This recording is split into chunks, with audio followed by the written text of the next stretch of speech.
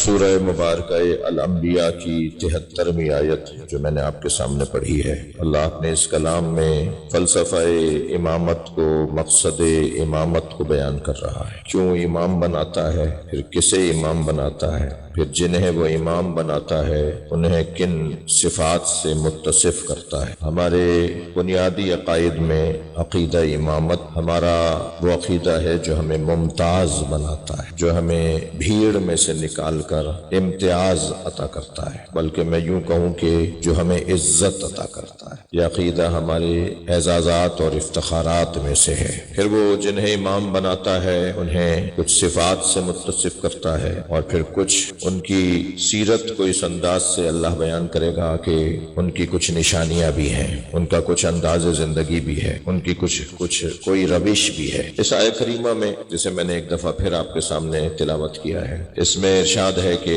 وَجَعَلْنَاهُمْ أَئِمَّةً يَهْدُونَ بِأَمْرِنَا، اور ہم نے انہیں امام بنایا ہے۔ کام اللہ کا ہے، اور جس کا کام ہو اسی کو سجتا ہے۔ اگر آپ کا کام میں اور میرا کام آپ کرنے لگیں تو بات بگڑ جائے گی، اور بگڑے گی تو شاید فساد بھی ہو جائے، اور فساد شاید کسی سخت ماحول کی طرف بھی لے جائے۔ تو بہتر یہ ہے کہ جس کا جو کام ہے وہی کرے۔ اللہ نے ہدایت کی ذمہ داری اپنے اوپر لی ہے۔ ان علینا للہدی، ہدایت میں دوں گا، ہادی میں ہوں۔ اس نے جب قرآن میں قاعدہ قانون بیان کر دیا کہ ان علینا للہدی، ہدایت میرے اوپر ہے، میرا کام، تو بس وہ خود ہادی مطلق ہے۔ پھر وہ جسے ہادی بنائے اسے یہ اختیار ہے کہ وہ ہدایت دے، بلکہ وہ ہی ہدایت دے سکتا ہے جسے وہ ہادی بنائے، ورنہ جو اس کی جانب سے ہادی نہیں ہوگا وہ کہیں کہیں یہ کہتا ہوا نظر آئے گا کہ اگر میں ٹیڑھا چل رہا ہوں تو تم مجھے بتا دینا کہ سیدھا رستہ کون سا ہے۔ تو ہدایت دینے والا تو بہت ہی اللہ کی طرف سے کیونکہ سجا کر بھیجا جاتا ہے، تو اس کے ہاں کوئی بال برابر بھی حرف اور فرق نہیں ہے جی۔ وہ پڑھا کر بھیجے گا وہ انہیں سجا کر بھیجے گا، انہیں سنوار کر بھیجے گا۔ اگر میں اس مجلس کو ہی لے لیں، میرے بھائی ابھی احمد سلام پڑھ رہے تھے، تو جب ہم کوئی کسی مجمع میں کسی جگہ کچھ کہنے آ رہے ہیں، خطاب کرنے آ رہے ہیں، کچھ پڑھنے آ رہے ہیں، تو تیاری کر کے آئیں گے، سجا کر آئیں گے، سج کر آئیں گے، اپنے پیغامات کو سجا کر لائیں گے نا۔ تو کام اگر یہ ہے تو پھر وہ کام بھی پھر اچھا، پھر ہمارے یہاں تو پھر بھی خطا ہو سکتی ہے کہ صاحب آئے تو ایسے تھے مگر بات بہت مضبوط نہیں کر پائے، لیکن بات اللہ کی کر رہا ہوں میں۔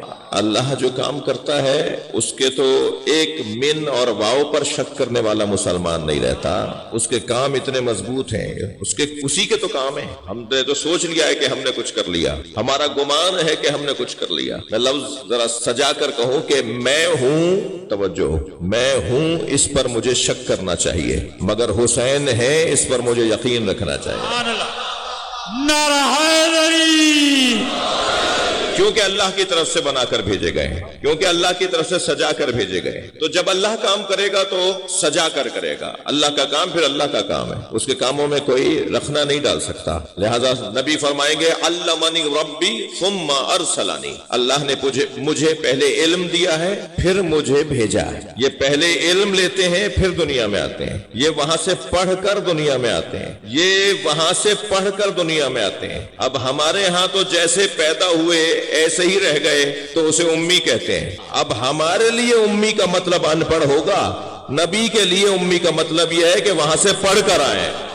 یہاں کسی نے نہیں پڑھایا، کوئی ہے ہی نہیں جو انہیں یہاں پڑھا سکے۔ ان کے پاس خود اتنا علم ہے کہ کسی کے پاس اتنا علم ہی نہیں ہے جو انہیں پڑھا سکے۔ جی کوئی اگر چاہے گا بھی انہیں پڑھانے کی کوشش کرے تو ان سے زیادہ علم ہونا چاہیے نا، تو اس کے پاس ان سے زیادہ علم ہی نہیں ہے تو انہیں کیا پڑھائے گا۔ میں تو نبی کی بات کر رہا ہوں، مولا علی نے دعویٰ کیا ہے من علمنی حرفا فقد سیرنی عبدا، جس نے مجھے ایک حرف پڑھایا اس نے مجھے اپنا غلام بنا لیا۔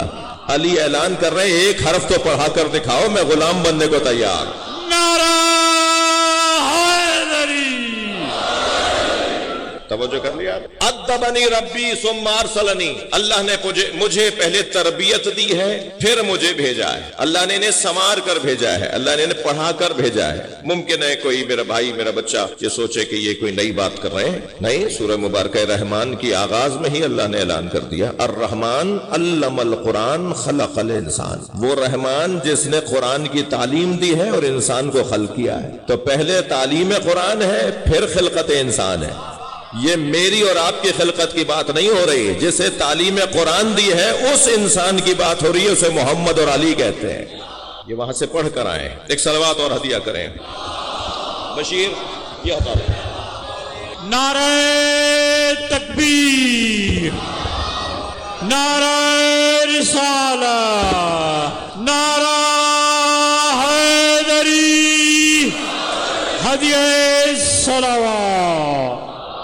بھئی یہ جس کا مائک ہے آپ نے ایک دفعہ پڑھ لیا نا، یہ انہی سے لیجئے گا آئندہ بھی آپ مائک۔ میرا ہاتھ زخمی کر رہا ہے، میں اس کو ہٹواؤں نہیں تو کیا کروں۔ ایک صلوات اور نبی کی ذات پڑھ لیں۔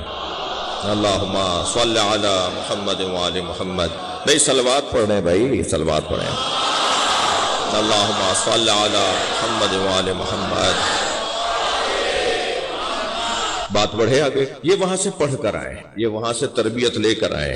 میرے مولا نبی اور مولا علی کا پیار تو آپ کو پتا ہے، فرماتے ہیں یا علی زینک اللہ فی الدنیا بالزہد فی الدنیا وحب المساکین۔ یا علی اللہ نے تمہیں دو چیزوں سے سجا کر بھیجا ہے۔ تھوڑا گردن ہلاؤ بھائی۔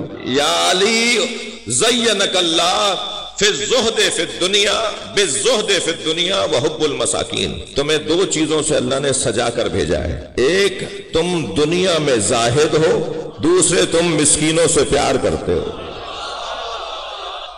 تمہارا پیار ہے مسکینوں کے ساتھ، فقیروں کے ساتھ تمہارا پیار ہے۔ حضرت مالک اشتر مولا علی کے زمیندار صحابہ کرام میں سے تھے، حیثیت والے اور دنیا والے، یعنی جن کے پاس دنیا کا مال بہت تھا۔ مالک اشتر فرماتے ہیں علی کا مسکینوں سے پیار اتنا تھا کہ کبھی کبھی میں سوچتا تھا کاش میں بھی مسکین ہوتا۔ نعرہ حیدری۔ یہ سجا کرا، سج کر آنے والے لوگ، وہاں سے اللہ انہیں سجا کر بھیجتا ہے۔ اب کام اللہ کا ہے بھائی، وَجَعَلْنَهُمْ أَئِمَّةً يَهْدُونَ بِأَمْرِنَا، اور ہم نے انہیں امام بنایا ہے۔ وہ ارادہ کر رہا ہے، وہ اپنے فعل کا اعلان کر رہا ہے۔ یہ امام بنانا اللہ کا فعل ہے، ٹھیک ہے۔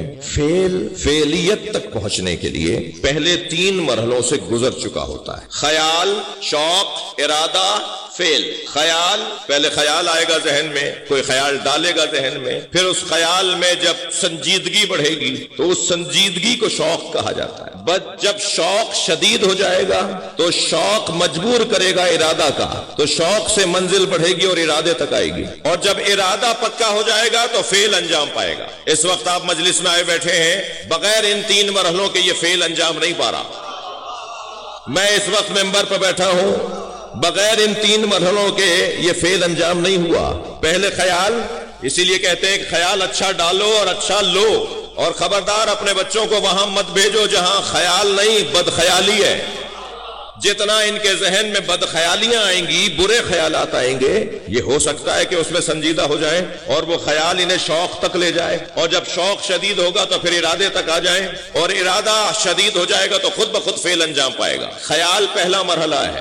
ان مجلسوں کا ایک نتیجہ یہ ہے کہ یہ مجلسیں خیال ہی وہ دیتی ہیں کہ جس کے فعل کو جنت کہتے ہیں۔ نعرہ حیدری۔ بھائی توجہ چاہوں گا، ان مجلسوں کا ایک نتیجہ یہ ہے کہ یہ مجلسیں جو خیال دیتی ہیں، بتا دوں کیا خیال دیتی ہیں، بچوں کو بتا دوں، یہ مجلسیں جو خیال دیتی ہیں نا، اس خیال کو علی کہتے ہیں، اور جب اس خیال میں پختگی آ جاتی ہے تو شوق بڑھتا ہے، اور جب شوق بڑھتا ہے تو ارادہ بڑھتا ہے۔ اب اس خیال کی کتنی اہمیت ہے یہ میرے اس بیان میں شاید روشن ہو گئی ہو، مجھے اس سے زیادہ کہنے کی ضرورت نہیں ہے۔ اچھے خیالات ذہن میں ڈالنا اور اچھے تصورات، جسے منطق کی زبان میں تصور کہتے ہیں، میں ممبر کی زبان کو ذرا ان بچوں کی خاطر ذرا آسان کیا ہے، ورنہ یہ اس جگہ پر منطق میں تصور کہتے ہیں۔ تصور پھر تصدیق کے مرحلے میں داخل ہوگا، اور تصدیق پھر ہمیں ارادے تک لے جائے گا، اور پھر ارادہ ہمیں فعل تک۔ توجہ ہے؟ تو خیال سے شوق، شوق سے ارادہ۔ توجہ، ہمارے ارادے میں اور ہمارے فعل میں، ہمارے ارادے میں ہمارے فعل میں امکان کا فاصلہ ہے۔ بھائی کہیں تو میں یہ بحث یہیں ختم کر دوں، اور اگر چاہ رہے ہیں تو تھوڑی توجہ بڑھائیں گے۔ نعرہ حیدری۔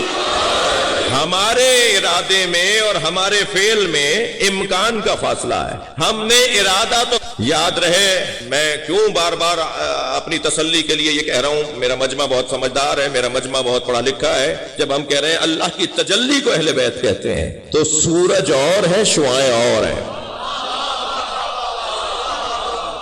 شعائیں سورج نہیں ہے، سورج کی ذات نور ہے، اور نور سے جو نور صادر ہو رہا ہے وہ شعائیں ہیں. یاد رہے کہ سورج اور ہے، شعائیں اور ہے. یہ سورج نہیں ہے مگر سورج سے جدا بھی نہیں.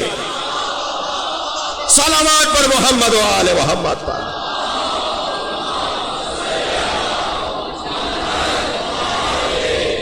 بڑی نایت آپ نے یہ بحث منتقل ہو گئی.